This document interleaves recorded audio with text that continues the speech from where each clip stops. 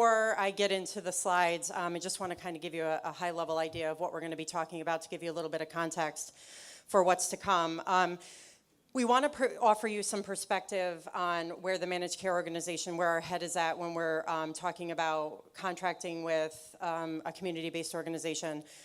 It's not always just contracting. Sometimes it's, what are we thinking of when we're initially having a conversation with you, when we want to look to collaborate and then ultimately enter into some type of a contractual arrangement. We're going to dig into a few of those drivers a little bit further. One in particular is going to be obviously what brought us here today, which is DSRIP and the value-based contracting requirements, because that is a very specific reason with a lot of rules and regulations that has brought us here.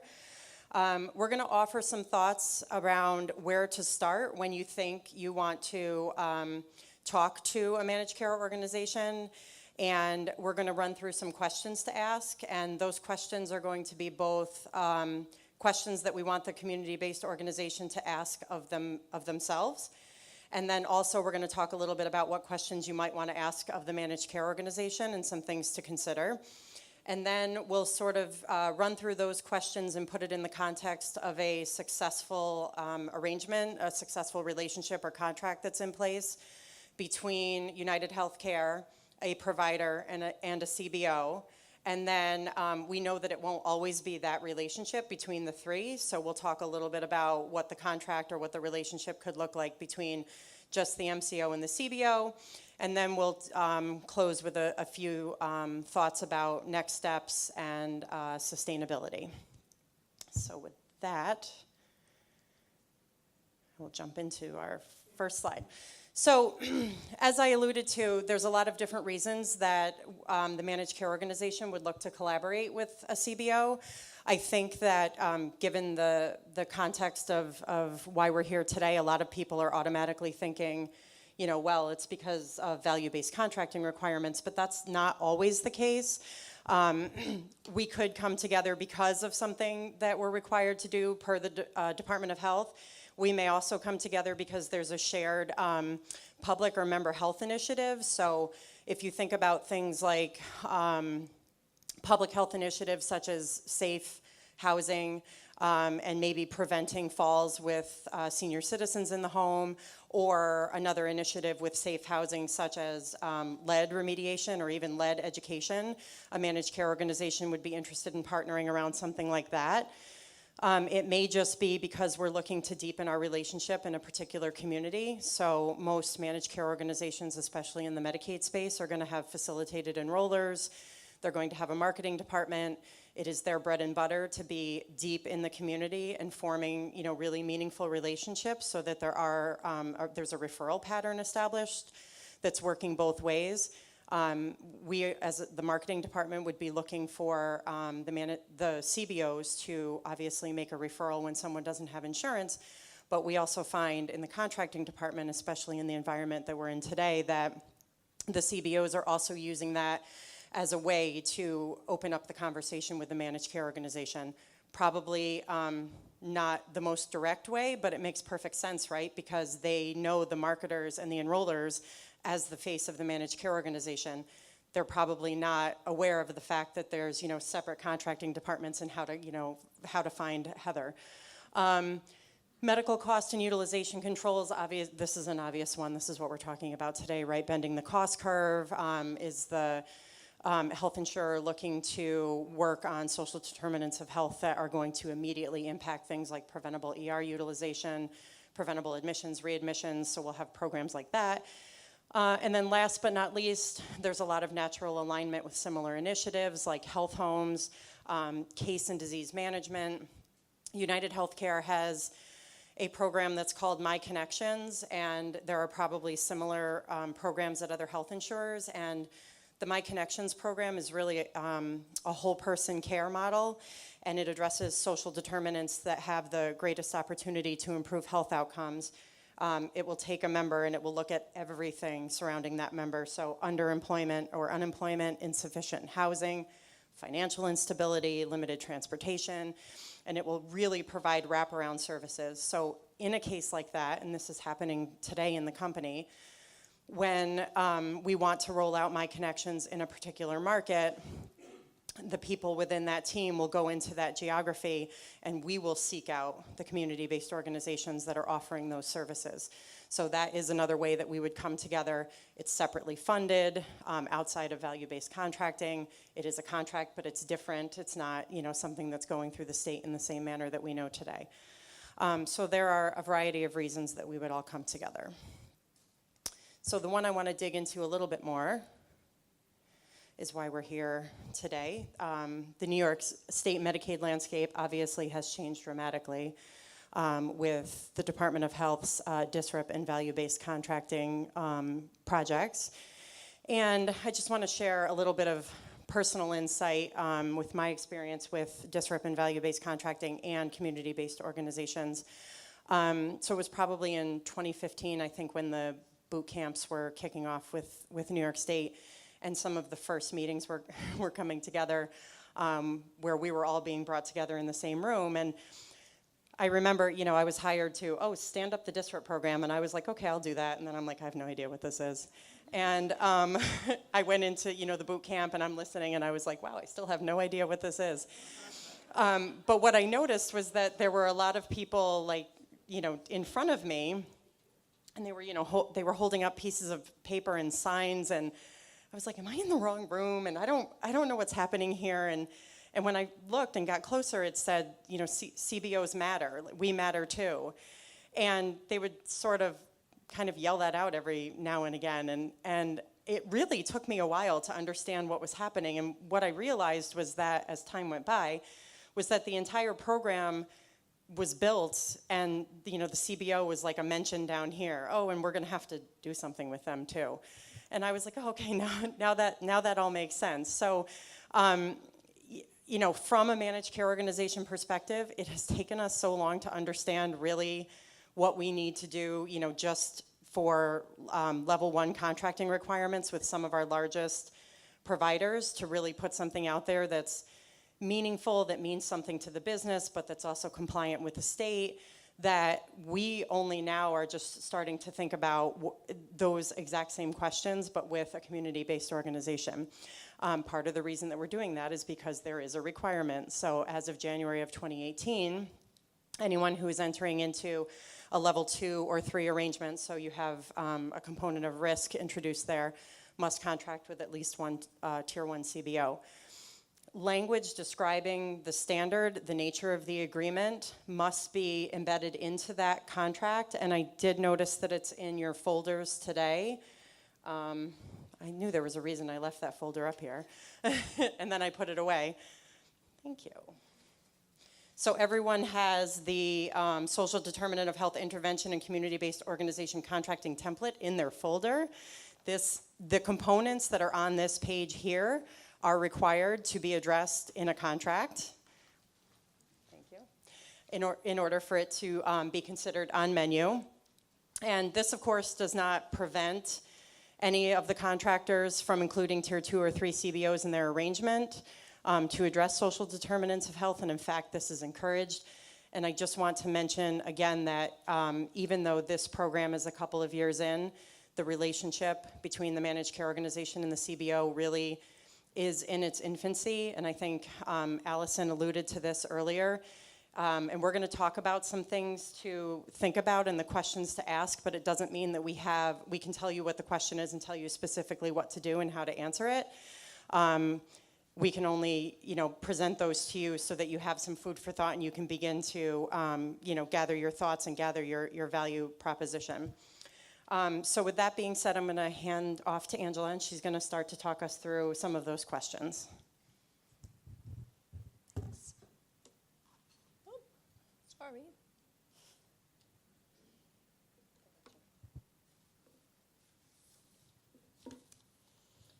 Okay, so for the CBOs in the room, I think this slide represents how you begin the process. So if you've not started thinking about value-based contracting, and this is your first sort of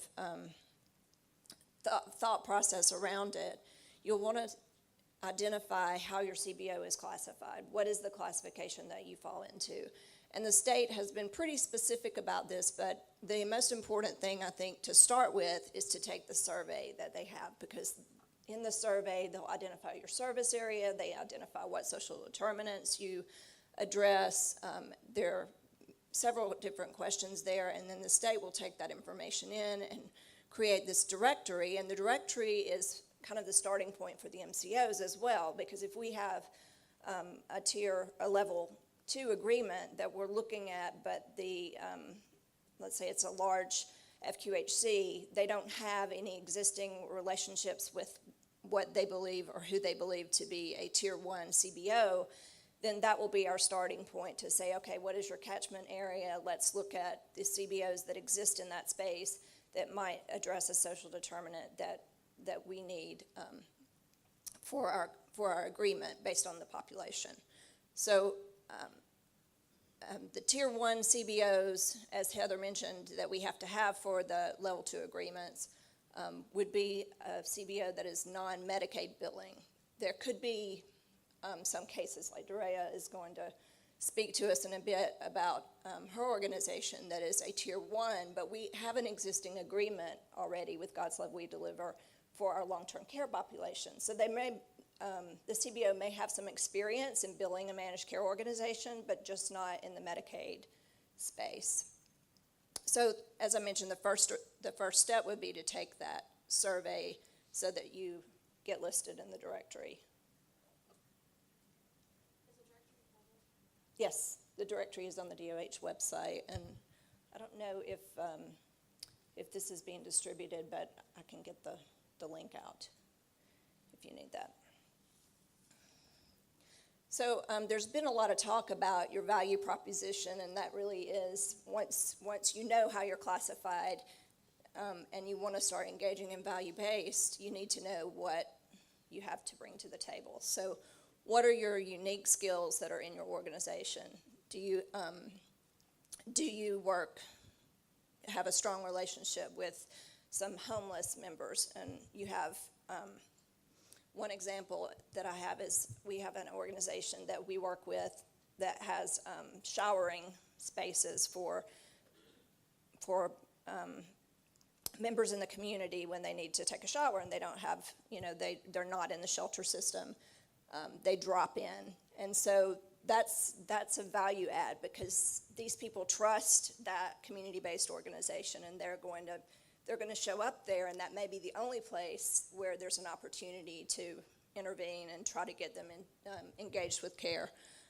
So if you know what your strengths are, then that helps you to present that value proposition to an MCO, and you have to know what your population is, but do you have any ability to expand that? Do you have the ability to take additional referrals? What are your referral sources? But having an outline of these items to present when you have an initial conversation is really going to make your presentation more effective.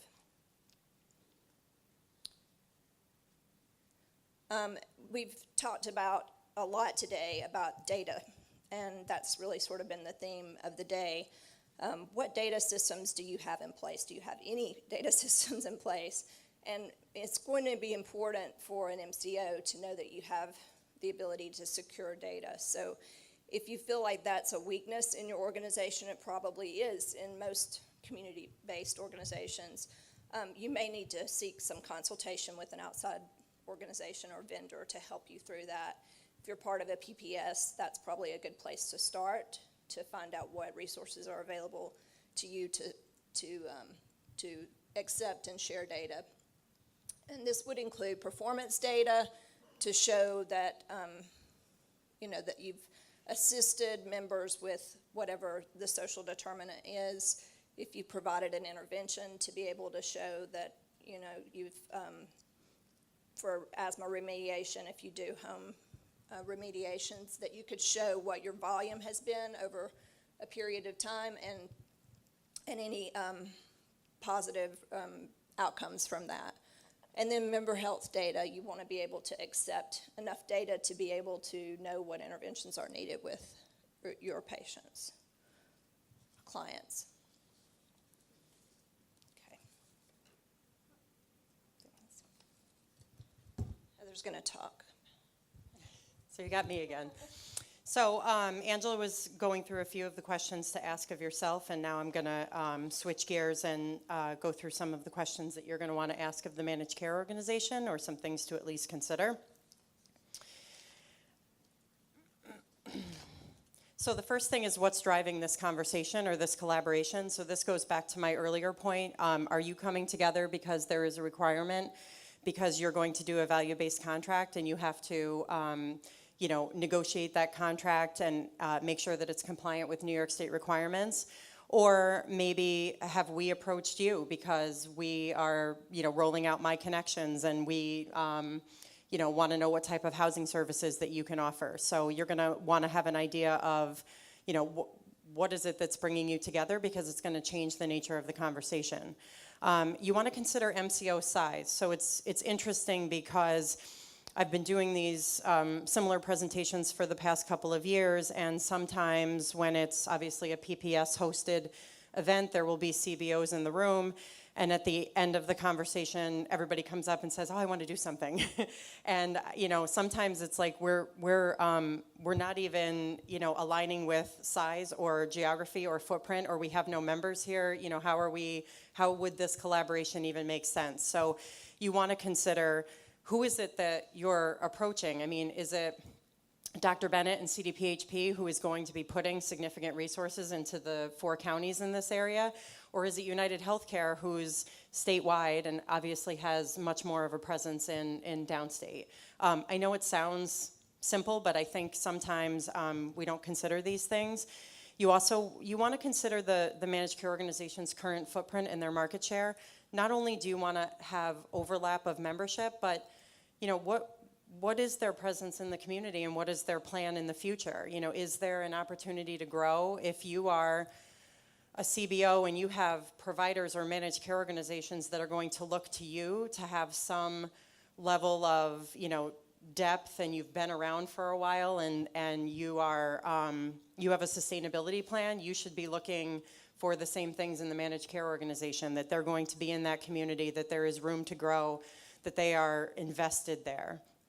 And then the last thing to consider is whether or not you are already connected up with providers who may be a key player for a managed care organization. So if you already know, and yes, I'm from United, but I'm from this market. So if you already know that there is a huge collaboration in place between CDPHP and community care physicians, and you are, deeply embedded with community care physicians, it's a natural relationship, as opposed to maybe starting over with UnitedHealthcare, who is not the most sensible player in this market.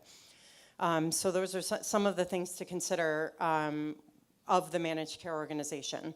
So keeping those questions in mind, I just want to walk you through at a high level an example of a successful partnership between, and in this case it is United, it's downstate, but it is between UnitedHealthcare, a large physician organization, and a community-based organization. So in this case, this was a requirement of a level 2 arrangement, and the provider, as the intermediary, as I mentioned just a moment ago, they established the relationship with the community-based organization, and then they brought that to us as part of the agreement. And I actually met with the provider so that I could give you some insight into what went into that today, so that you have some idea of what even brought them together.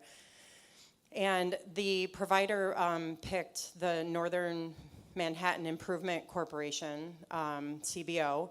And when I said, well, what brought you guys together? It honestly was just that gentleman who was responsible for negotiating that contract had been in the human services arena for his entire career, for 20 years at that point, and he knew of them. He knew people that work there. So that is what brought them together initially, his relationships. They obviously they overlapped in the social determinants that they could address in their patient population. There were a variety to choose from. In this case, they chose the economic stability domain, so they focused in on economic instability, housing instability, and food insecurity. And the bulleted items here are all of the components that are on that form in your folder that had to be discussed. They had to collaborate, they had to sit down and talk about what is this arrangement going to look like? And then all of these things had to be incorporated into the contract. So I'll just talk through a couple of them. Health system strategy, you know, that was very specific to the actual provider group and you know, what they wanted to get out of this project. The social determinants they selected from exactly the way that it's spelled out by the Department of Health. Target patient population, they actually identified what they call high utilizers. They used some of their own internal data, they used claims data, and they're using software, which I think has become a recurring theme here in the room today, or in the rooms today. It's called Identify. I don't know anything about it. I'm not trying to sell it. That's just what it's called in case anybody's interested. But it is supposed to take a tremendous amount of data in around that particular member, including whether or not they have come into the doctor, how many times have they been called, how many letters have they received, all types of information about them, and ultimately use an algorithm to say whether or not at the end of the day that the system thinks that the type of outreach that would be happening with the CBO would ultimately impact their health. So it is taking things like, you know, cancer diagnoses and things like that out of play. It has to have, that outreach has to have an impact on health. And so they spelled that out as the target population. The service delivery was to assist patients to maximize their entitlement support, medication adherence, mitigate the impact of housing and food insecurity through direct services and referrals. And direct services and referrals is actually a key thing that I will come back to with project funding. They spelled out the project scope. They picked the geography. The interesting thing about geography is that the geographies of the two entities overlapped. They selected a smaller geography to start with, but something that was really key for the provider is that they were hoping that this project would be successful and that they could expand. So if they selected a CBO partner that could not expand with them, that they didn't want to do that. That was a key consideration for them. So they picked an overlapping geography and then one that they felt that could work with them long term and expand the geography. They spelled out how they were going to implement and the timeline that they were going to roll the project out. And then the project funding was interesting because they're using, obviously, DSRIP money. Project funding or funding in general is going to be a key thing to think about going forward, especially as DSRIP goes away. They took 40% of the funds right away and allocated it towards engagement. So earlier I had said that the difference between like the referrals and the actual direct services is important. So 40% was just for making the referral and just for making the connection. And then 60% was tied to the actual performance. Performance is interesting because, you know, they sat and collaborated and said, all right, well, how are we going to measure this? And when I had the conversation with them, not all that long after implementing this, maybe a couple of months, they said, oh, I don't know which version of the performance attachment you have. And I was like, oh, I didn't know that it had changed. So performance is really interesting. If you sit down and say, in the environment that we're in right now, what metrics can we reasonably put in place that are going to be, you know, make any sense and that are going to have any impact and that can be measured? It's actually a very difficult task to undertake. And I think Angela's going to talk a little bit about, you know, sustainability and project funding in just a moment.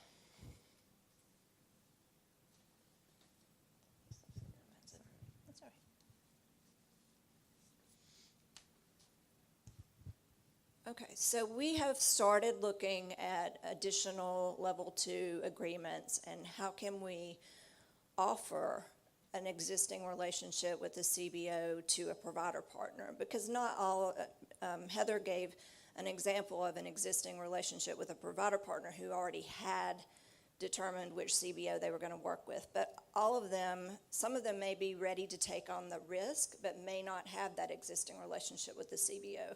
So we're beginning to assess what CBOs do we already work with. Heather mentioned our marketing department And they do have strong relationships in the community. It's not going to be with people who are concerned about contracting.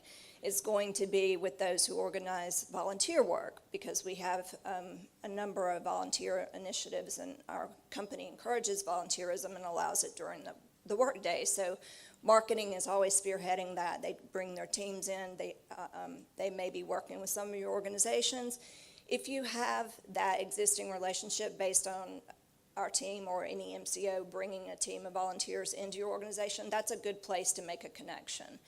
And ask, provide some information or contact information and ask them to take that back to their value-based team. Because that's how we're beginning those relationships, is often through collaborations that already exist. We have facilitated enrollers that sit outside some of your offices, or they may even have a table inside your provider practices or inside a community-based organization. Or you may have a facilitated enroller in your organization. So those kinds of collaborations are very important just to establish a relationship. We also offer health education and engagement opportunities. We will work with community-based organizations often to sponsor health fairs in the community, or to sponsor a dental van to go into a community and provide free dental care if it's needed. It's a gap in the community. So those kinds of collaborations allow us to make connections to community-based organizations. Our facilitated enrollers have the same requirements as your facilitated enrollers. So we, the marketing agents would offer all plans to members. So could You mean because the CBO is a facilitated enroller? I don't know. I don't. does that make sense? I don't see the conflict, but I think never mind. and it may be a question that we need to ask of the department. I'm not sure. That's okay. So the collaboration to share limited data. So we are already working with some of our CBOs on data sharing agreements. It can be a pretty scary thing for a CBO when you don't have a lot of data systems in place to start working with a large organization like United. But we can start slowly with limited data sharing. We can work with organizations, the one that I was speaking about earlier that has the showers for homeless members. We're trying to get that data sharing agreement in place to allow us to call and say, have you seen Mr. Smith in the past couple of weeks? Because we know he's been in the hospital, and we know that he's homeless. Has he been in to your organization? To see if we can share data like most recent phone numbers, because as you all know, the data that we get from the Department of Health is often very old. And unless they go to social services and update their information, it just doesn't happen. So those kind of data sharing partnerships are a really good way to springboard into, then how can we maybe share data back with your organization? What interest do you have? What are you interested in? What do you need to make the connections with the members in the community? And so expanding on existing relationships is kind of the key to beginning those, furthering that relationship towards value-based.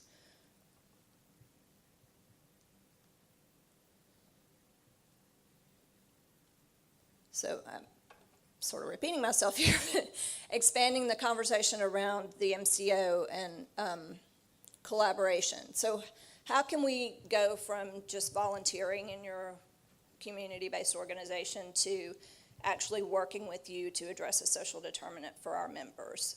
Even if we don't have a value-based agreement, is there something that your organization offers that is a gap within our patient population? Is it asthma keeps coming up because it's one that I've recently had discussions about, but is it beneficial?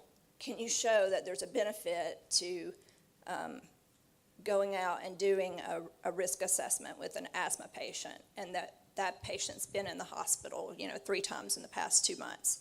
can we then work with your organization to go out and do that risk assessment and find out what's needed in the home and bring in whichever providers are needed to take that intervention and keep that member out of the hospital.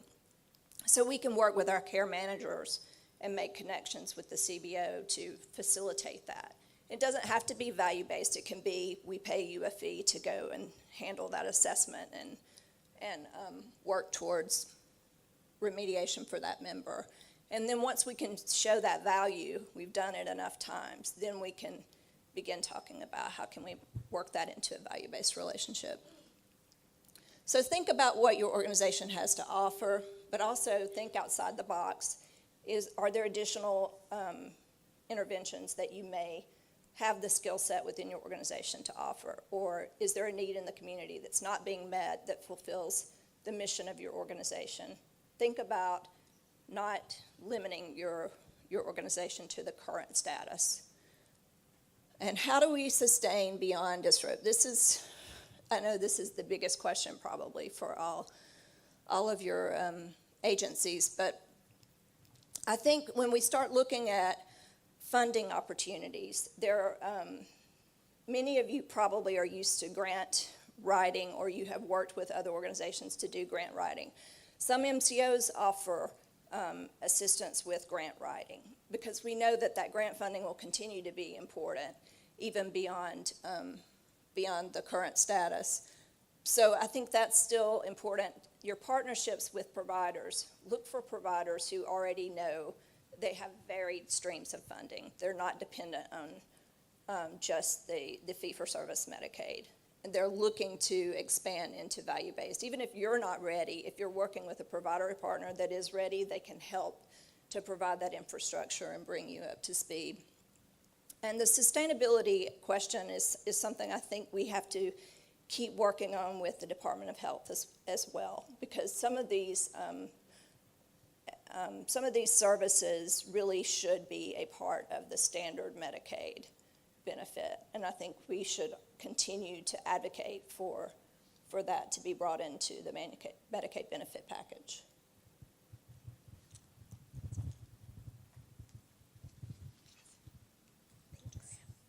Hi everyone, I'm Dorella Walters from God's Love We Deliver, and I'm the Senior Director of External Program Affairs there, and I'm super excited to be here with you all. So I'm going to talk to you about the CBO perspective, about value-based payment and what are the opportunities that we need to be considering and how do we prepare for that. And if we're already in play, what do we need to be asking for? So just to give you some background, God's Love We Deliver is a nonprofit organization in downstate New York City. We provide home-delivered meals, medically tailored home-delivered meals, to individuals that are dealing with serious life-altering illnesses. We started as a direct response to the HIV/AIDS pandemic, and then we expanded to other illnesses like cancer, dementia, multiple sclerosis, people that were having serious issues that they couldn't shop or cook meals for themselves. This year, we're on track to deliver more than 1.8 billion meals. And in a year, we're probably serving 7,000 unique clients, and then we're serving their dependent children as well as their senior caregivers. So our meals, they're freshly prepared on site. No preservatives or starters or fillers. They're designed by our 7 registered dietitian nutritionists, and they work with our chefs, and they can honor dietary restrictions as a person moves through their illness. So someone, let's say, is going through chemo and radiation. If the diet needs to change to a mince puree, we can do that and then change it back. So, simple, what do we do? And I'm using these graphics for you so that then you can think about that when you're messaging also to MCOs. What we do is we prepare the food with love, we deliver it with love. It's awesome, you're gonna eat it, and then in your home, you're gonna safely store it, and you too are going to love it and get better, hopefully. So, value-based payment opportunities. So you already heard earlier about what we're all dealing with and what we've been hearing about today. So in terms of the Tier 2 contracting and looking for a Tier 1 partner that can address the social determinants of health, that is something that a lot of CBOs fall into, and we happen to fit both requirements. Why, you're wondering? We wondered the same thing. But it's because we don't bill Medicaid directly. So I want to tell you about our partnership with MCOs like UnitedHealthcare so that you can get a framework of what we have started using as part of our argument to justify why an MCO should be interested in partnering with us. So since 2005, we've been partnering with managed long-term care providers, right? Because the goal is to keep people in their homes safely so that they don't become hospitalized. So we leverage the fact that we can provide home-delivered meals Monday through Friday, covers Saturday and Sunday. It doesn't conflict with the hours that the home health aide is in the home, and we've seen those numbers grow significantly. So right now we're probably delivering a little over 300,000 meals, and we're on track to increase that as well. That is my task, to increase it. My boss just says, just go and do it. So you're awesome. If you're a CBO and if you're not, but if you are a CBO, you're awesome. You need to say that. You need to own that. You know how to do that. You've done it with donors and volunteers and corporate funders. You know how to do that. It is simply reframing your story when you're engaging with the MCO. What are the things that you need to be thinking about? It's your value proposition, what everyone calls that, but I think sometimes if we use different words, people kind of shift frame, and it's about understanding your story, understanding your impact in the community and in the lives of the people that you serve. You know that, you've got history in that story, so that is the data that everyone keeps asking about. Can you prove your impact over the last 5 years? Well, yes, because you still exist, and you still have amazing donors and funders, so use that same data, but you may need to look at it in different ways. One of the things that's interesting is that we heard about earlier, as a CBO, you need to consider why is the MCO motivated to start this conversation with you. And look at that conversation very objectively. Understanding that business is important, so what is it that we can offer as a CBO, but then also what can the MCO offer to you, because they have to offer something back to you. At first, I was kind of like, well, we're going to say yes to everything because, like they're bigger and awesome, more awesome or something. And then thought about it and it's like, no, they have information that they can share.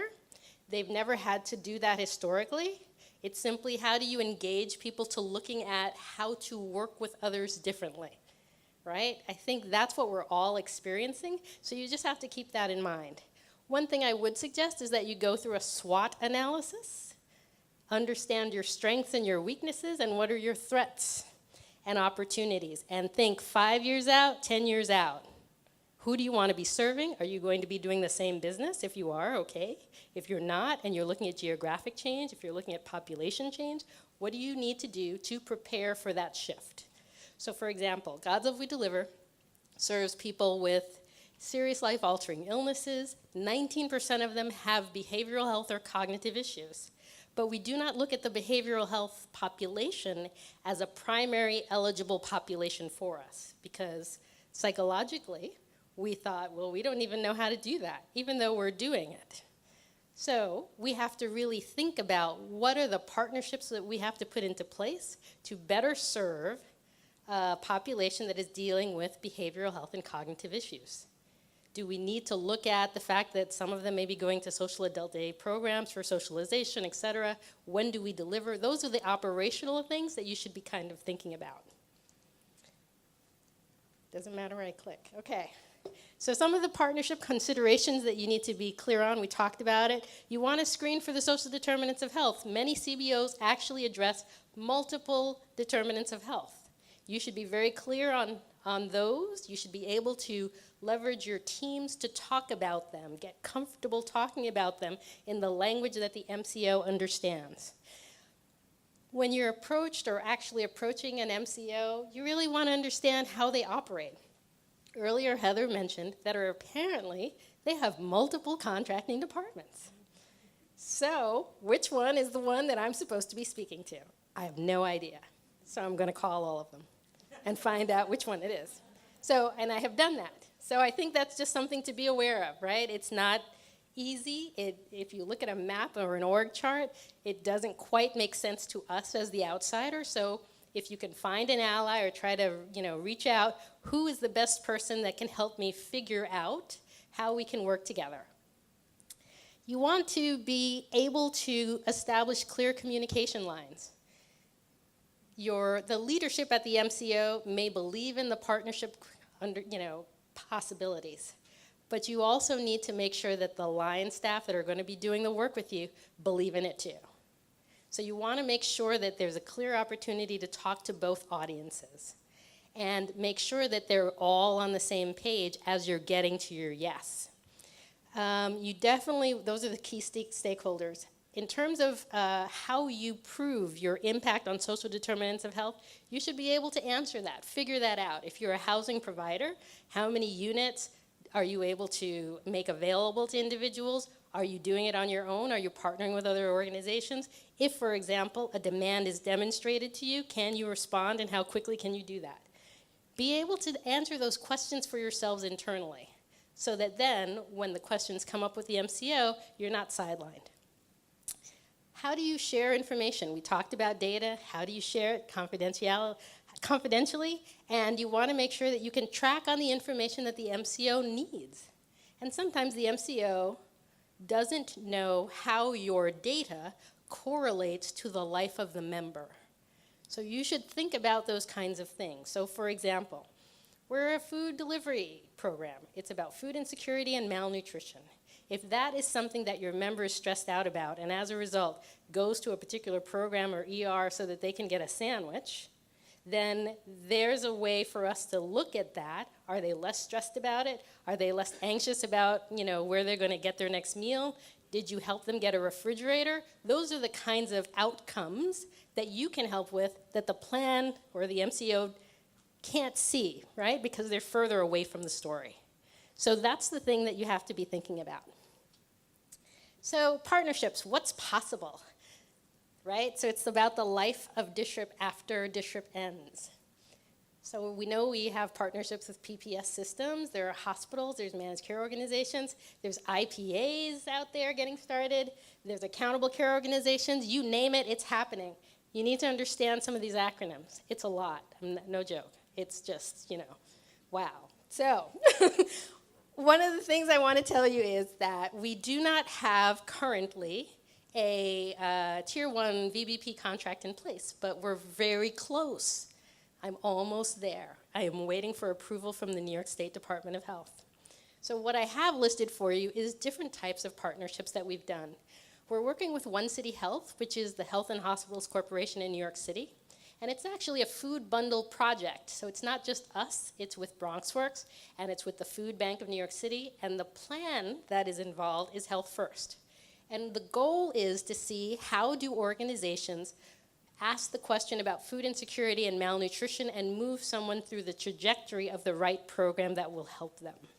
So hopefully, Health First will be intrigued by the outcomes of this project so that then they, as a plan, would then contract with the CBOs and other CBOs that are helping to do the project.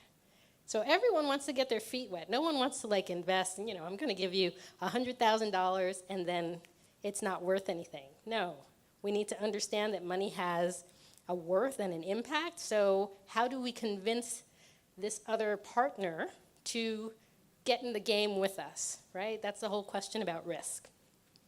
And then I would stress, if managed care organizations haven't reached out to you, you have to reach out. You have to pursue them. If you're on the spreadsheet, hooray. If you're not, get on the spreadsheet. Somebody emailed me and said, oh, you're not on the spreadsheet. I'm like, what spreadsheet? I don't know. And then, I saw all these names. It was like thousands of lines of people. And I'm like, wow, would never have known this. So I'm telling you, and I'm so glad UnitedHealthcare told you, get on that list. Now, what does it matter that you're on the list? You have to now move the needle because the plans are dealing with lots of change on several levels. So how do you get that story started, right? And it doesn't matter, I want to give you an example, it doesn't matter if an MCO tells you I've already got a contract or plan in place with a Tier 1 provider, because that happened with me. And I was standing there, and she was like, well, we already have it, and we don't really want a lot of contracts. And I was like, okay. And then she's like, so they're awesome. They're doing home visits and stuff. I'm like, great. So how do you handle their food needs and their housing needs and all the other stuff? well, I don't know. And I'm like, well, you should really think about that. So you may want to look at a contract, right, that may provide dollars to several Tier 1 CBOs, like a coalition of some kind. That's a strategy. That's an option. You all already have relationships out in the community. You can leverage those. There's new ways to look at things, because what's going to happen is MCOs and hospital systems, because it's happened with many of the PPSs, had a plan or have a strategy, and then if you don't engage the players that are out there on the ground, it doesn't quite work. So it's got to be that everybody's working together and talking to each other and sharing their insights and observations. So we saw the sheet. It's in your packets. Super exciting. We fill out the sheet for the MCO because they're not ready to fill it out for us.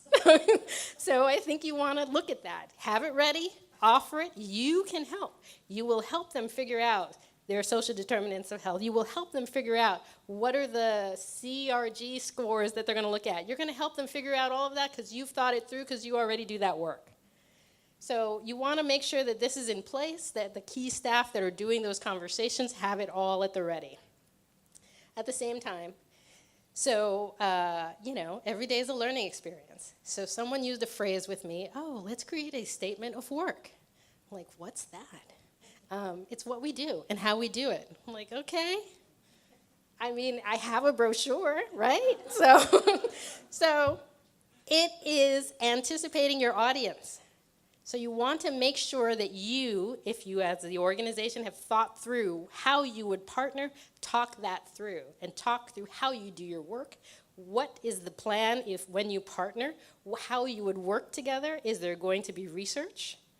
How do you do that together? What are the relationships and amazing things that you have in your own CBO toolkit that MCO would never have? So you want to make sure you get that on paper in a narrative form so that as many people as possible can understand the importance of the partnership.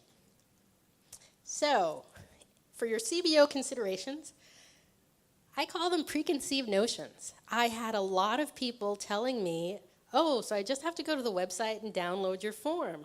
No. If we're in a contracted relationship with each other, we should have a different method of working together. Please do not go to the traditional website. Please do not use the old form. I need you to understand that we're dealing with different populations. So for example, some of our partnerships are just for people with severe diabetes. And some of them are the working poor, right? And we don't necessarily have an experience of delivering to the working poor because the seriously ill people we're delivering to are always home. So if I'm serving now the working poor, how do I find that one day a week that they can handle all of their food and receive it and store it properly? So be clear on what services you're going to offer and what's your price point. Be clear on if you're going to add additional services than what you already do, and recognize that anything that you decide on is going to create cultural change in your organization. So you want to anticipate, are you chasing the money, or is there a reason why you would change that action? And are you only doing it for this particular contract, or are you doing it for all of your programs? How will you serve the MCO's members? Is it the same way? What will be your members' experience? How do you engage with them when they've never dealt with you before? And then how would you change your program to meet your contract requirements? What does flexibility mean? How do you alter what you do and actually gear up to do that? So contracting. Populations and services. Whew. So ask the MCO who they need help with. That would be a great place to start. Immediately, plans were saying, well, we haven't done well on this score, or the same PPS, we haven't done well on this score. And I'm like, well, okay. So we can't help you with going to find a patient. Everybody was asking us, well, can you just do case finding? I'm like, no, because that's not my skill set. That's so-and-so's skill set. So you should totally contract with them. They're a Tier 1 provider. Right? Because, it's like, why would you want to try to force something that won't work? So you want to be clear about what you can do and how the MCO can benefit from it. So think about the different diagnoses I told you earlier. HARP, everyone keeps asking us about HARP, and we're kind of like not quite sure what it could look like.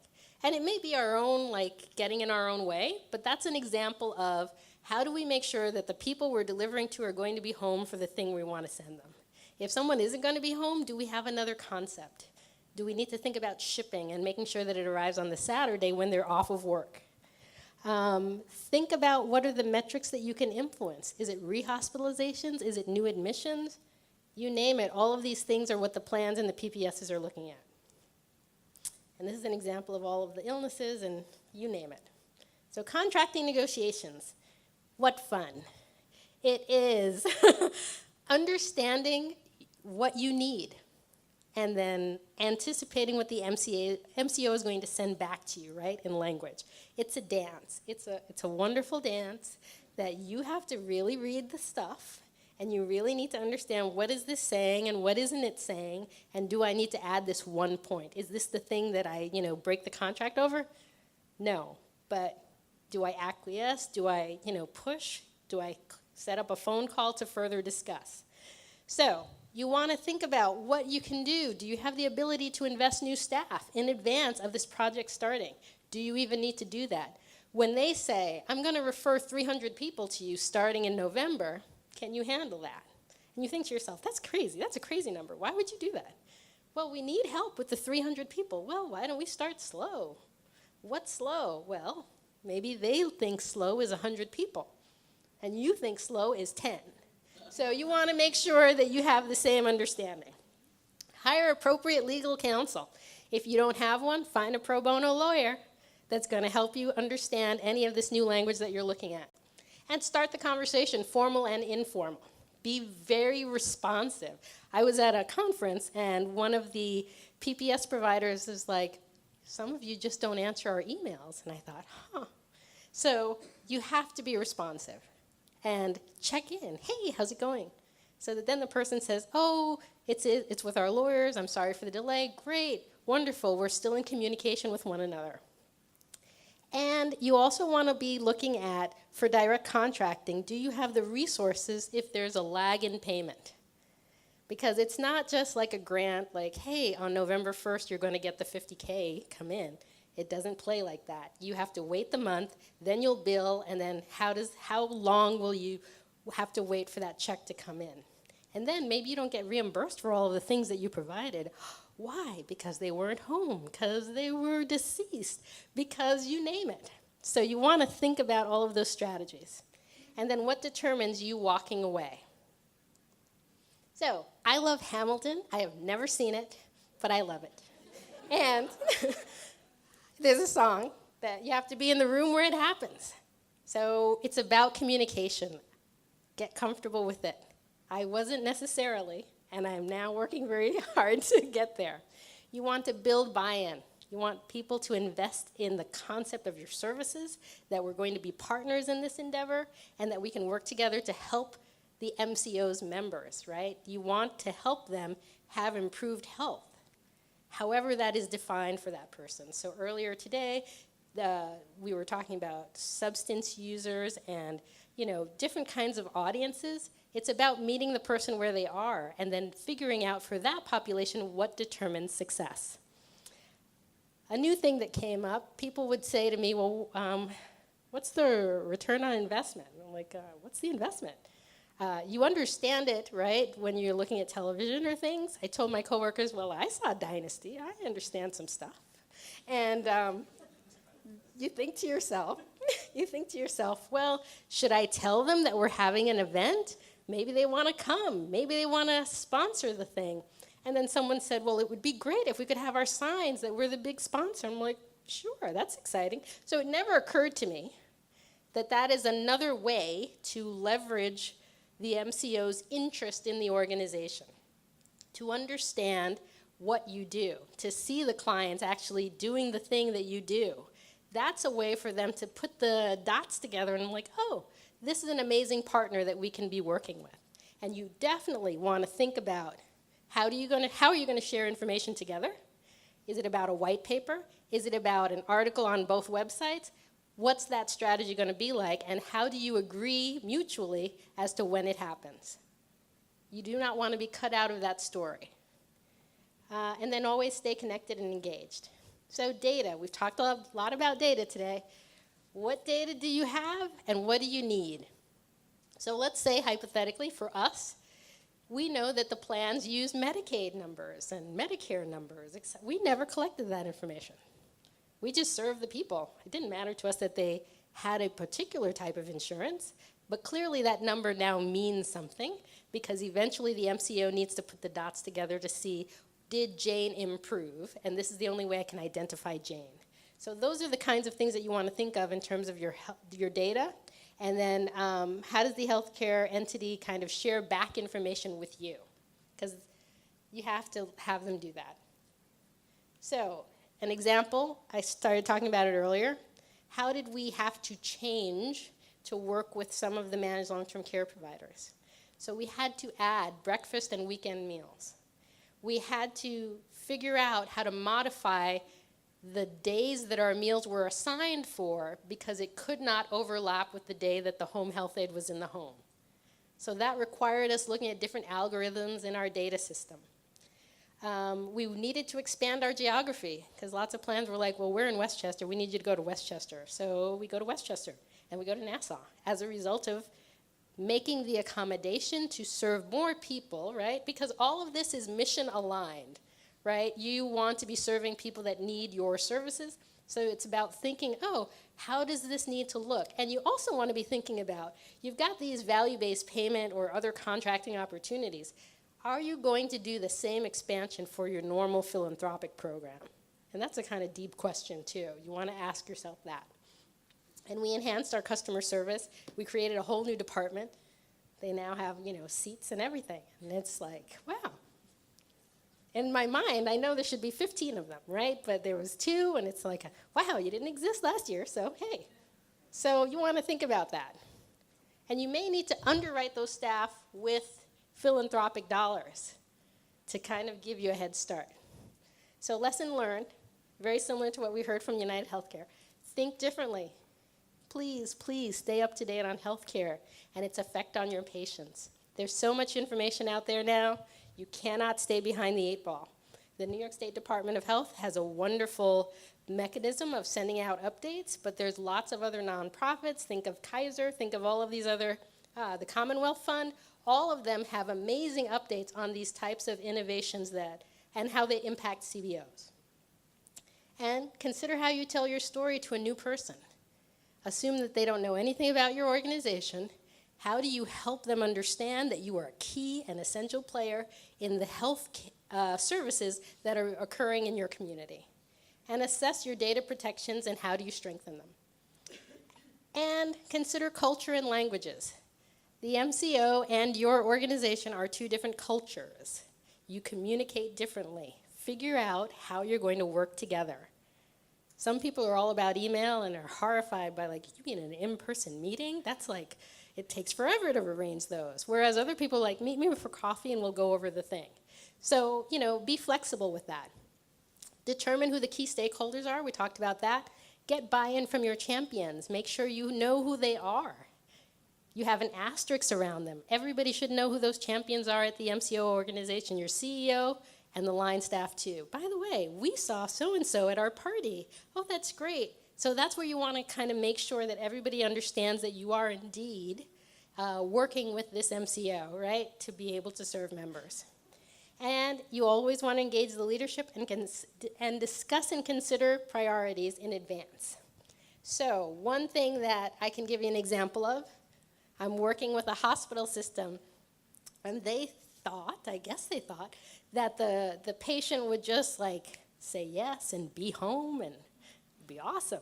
And I'm like, no, she's got a job. She's got, things going on. She's got lots of doctor's appointments. We can't continue to serve her this way because she's never home. Well, we have to do something. She has to be part of the program. I was like, well, you guys didn't check this beforehand, but now I understand. Culturally, they were just looking from a list, right? They didn't necessarily know the nuances of the patient. So those are the kinds of things that you want to help the MCO or any other partner understand. Who are we going to serve? What do we know about them? What is the likelihood that they may fail the intervention?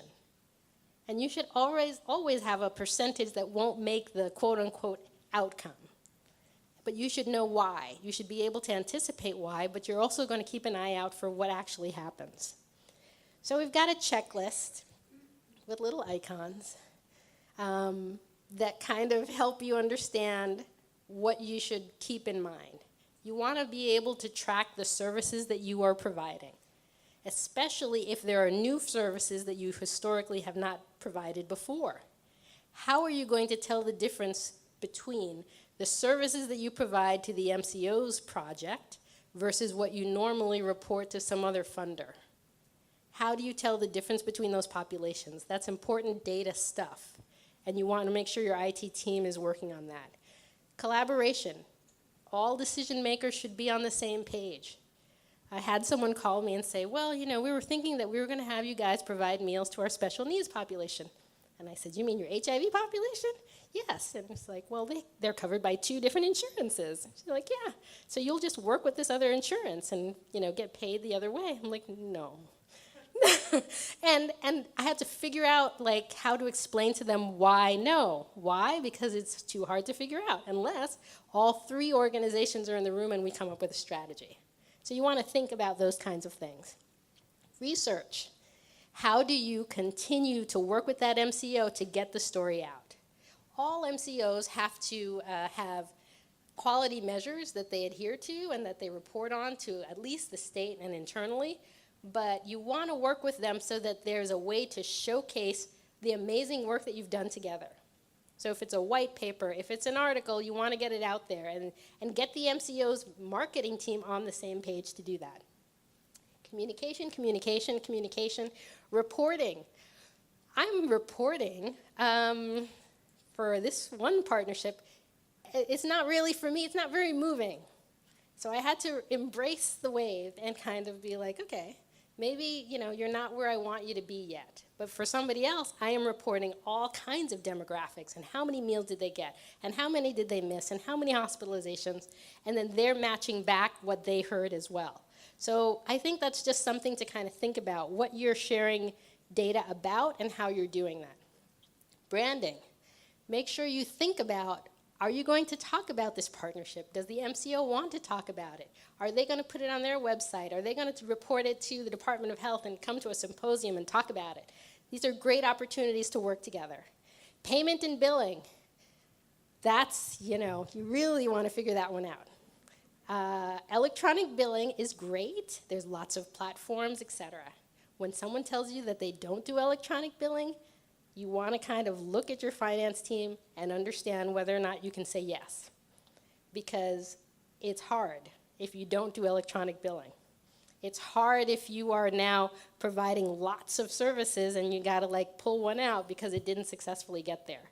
So you want to be able to do that process quickly so that then you can get reimbursed quickly. Create a timeline for when you expect payment. That should be in the language of your contract.